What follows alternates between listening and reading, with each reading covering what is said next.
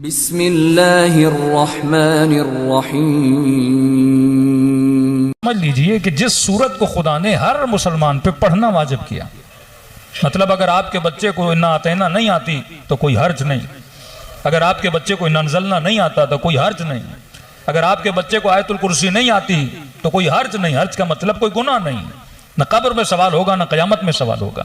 लेकिन अगर इस मस्जिद में बैठे हुए किसी फर्द को हम्द नहीं आती तो मैं कह सकता हूं वो तारिक सलात भी है, वो शायद मुनकिर सलात भी है, और वो शायद फासिकीन की कैटेगरी में भी चला जाए। क्योंकि जो हम्द नहीं जानता इसका मतलब वो नमाज नहीं जानता, जो नमाज नहीं जानता तो मुसलमान कैसा है। तो मतलब मुस्लिम के लिए सबसे पहली हिफ्जियात जिसे याद करना जरूरी है वो सूरह हम्द है। क्या मौलाना बेटा बालिग हुआ तो कहा कि सूरह हम्द सिखाओ, नमाज सिखाओ। लेकिन हज तब वाजिब होता है जब बंदा साहिब हैसियत बने। लेकिन हम्द फकीर के लिए भी है, हम्द अमीर के लिए भी है, हम्द साहिब इस्तिताअत के लिए भी है। और जो साहिब इस्तिताअत नहीं, खुदा न खास्ता बदन के एतबार से अगर पैरालाइज भी है तो फरमाया हम्द याद करना इसके लिए जरूरी है। और मकाम ताज्जुब यह है, अगर किसी के घर में इंतकाल हो जाए किसी मोमिन का, तो वहां भी अगर हम कुछ करने जाते हैं तो यही सूरह हम्द पढ़ने जाते हैं कि भाई आप किस लिए आए, का किबला हम फातिहा करने के लिए आए हैं। और खुदा ने कहा कि ला सलात इल्ला बिफातिहतिल किताब, के नमाज नहीं होती अगर नमाज में सूरह हम्द न हो। तो हम्द की इंपॉर्टेंस, अब 17 रकात नमाज हर मुसलमान पे वाजिब, चाहे शिया हो चाहे सुन्नी हो, 17 रकात तो पढ़नी है। मोमिन होगा तो नमाज शब भी पढ़ेगा, लेकिन 17 रकात तो हर सूरत में पढ़नी है। और इस 17 रकात में हम्द को पढ़ना ही पढ़ना है।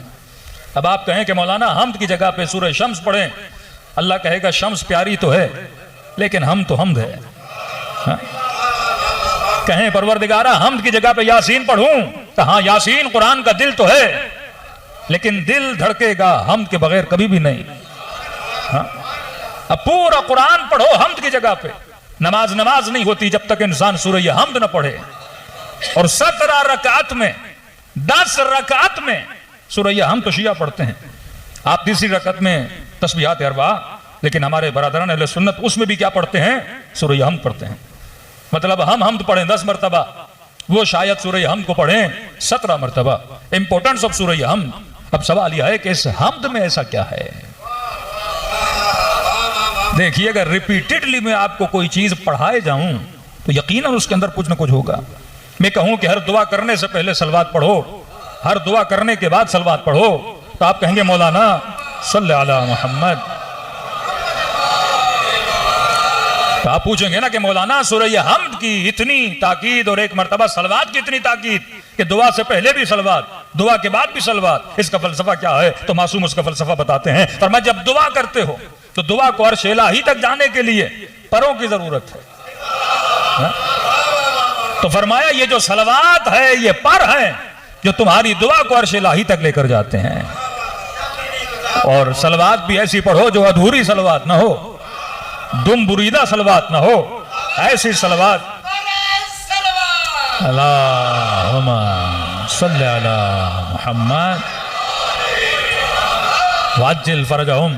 तो एक तो जहन में बात ये याद रहे कि मरने के बाद भी अगर किसी मरहूम के घर में कोई मोमिन जाता है, देखिए फल लेकर जाएगा तो मरहूम को फायदा नहीं, मिठाई लेकर जाएगा तो मरहूम को फायदा नहीं, कुछ कपड़े लेकर जाएगा तो आप कहेंगे भाई तो जिंदा नहीं, अब कपड़े किस काम के, शूज लेकर जाएंगे कहेंगे भाई तो जिंदा नहीं, शूज किस काम के, पैसे लेकर जाएंगे तो कहेंगे भाई हमारे मरहूम तो मर गए, पैसे किस काम के। तो मरने के बाद भी अगर कोई चीज काम आती है तो सूरह हम्द काम आता है। तो मतलब हमने अगर किसी चीज से सबसे ज्यादा दोस्ती करनी है तो वो हम से दोस्ती करनी है, क्योंकि यह हम्द है जो मरने के बाद भी काम आता है, मरने के बाद भी काम आता है। अब इस हम्द में ऐसा क्या है, पर मैं हम्द की इब्तदा है बिस्मिल्लाह से। बिस्मिल्लाह शुरू करता हूं, मदद मांगता हूं, इस्तिआनत मांगता हूं, हमराही चाहता हूं, किसके साथ, अल्लाह के साथ। लेकिन सवाल है कि कौन अल्लाह। आज एक रविश सीख लीजिए और उसके बाद जब आप कुरान पढ़ेंगे तो महसूस भी होंगे, लज्जत भी मिलेगी, और यह महसूस करेंगे कि जो आपसे बात कर रहा है वो बातें करना क्या चाहता है। हाँ?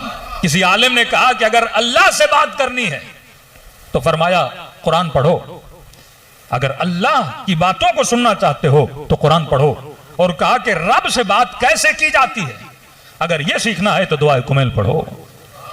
हाँ? ये दुआएं सिखाती हैं कि रब से कलाम कैसे करना है, और कुरान बताता है कि रब तेरे साथ कैसे कलाम करता है। और एक रविश अपने जहनों में बिठा दें, उस रविश को कहते हैं रविश सवाल। देखिए, इंसानों के जहनों को किसी जगह पे लाने के लिए बेहतरीन तरीका है सवाल। शायद आप में से किसी का जहन घर में हो, दुकान में हो, कारोबार में हो, हिसाब किताब में हो, बच्चे की परेशानी में हो, लेकिन अगर मैं अभी एक सवाल करूं कि आप लोग कहां बैठे हैं, तो आप कहेंगे इमाम बारगाह में, तो आपके सबके जहन कहां हाजिर हो गए? इमाम बारगाह के अंदर। तो कुरान जब पढ़ें तो पहले सवाल किया करें, तो आपका जहन कहां पे आ जाएगा? उस सूरह हमद के अंदर आ जाएगा, उस कुरान मजीद के अंदर आ जाएगा। कुरान की रविश इसी तरह है। मसलन आपने कहा कि बिस्मिल्लाह शुरू करता हूं, किसके नाम से? अल्लाह के नाम से। अब जहन में सवाल पैदा करें, कौन अल्लाह? आगे जवाब कौन देगा? खुदा आपको देगा। कौन अल्लाह? जो रहमान है, जो रहीम है। अब सवाल है कि इस रहमान और रहीम का मैंने क्या करना है? तो आगे जवाब आता है अल्हम्दुलिल्लाह रब्बिल आलमीन। तुमने इस रहमान और रहीम का क्या अदा करना है? शुक्र अदा करना है। मतलब हर काम के करने से पहले अल्लाह से मदद मांगो, अल्लाह का साथ चाहो। कि कुरान की आयत है कि लोगों हमेशा रब की याद में रहो, और अल्लाह ने उस याद की मखसूस औकात रखे हैं, जैसे सुबह की नमाज, जोहर की नमाज, असर की नमाज, मगरिब व इशा की नमाज। इसका मतलब यह नहीं कि अगर मगरिब व इशा में आते हो तो खुदा को याद करो और नमाज के बाद अल्लाह की याद में भूल जाओ, का नहीं। सरसरी याद हमेशा रहे। मखसूस याद है जो किस में आती है? नमाज में आती है। अब जिसे याद कर रहा हूं उसकी पहचान बड़ी जरूरी है।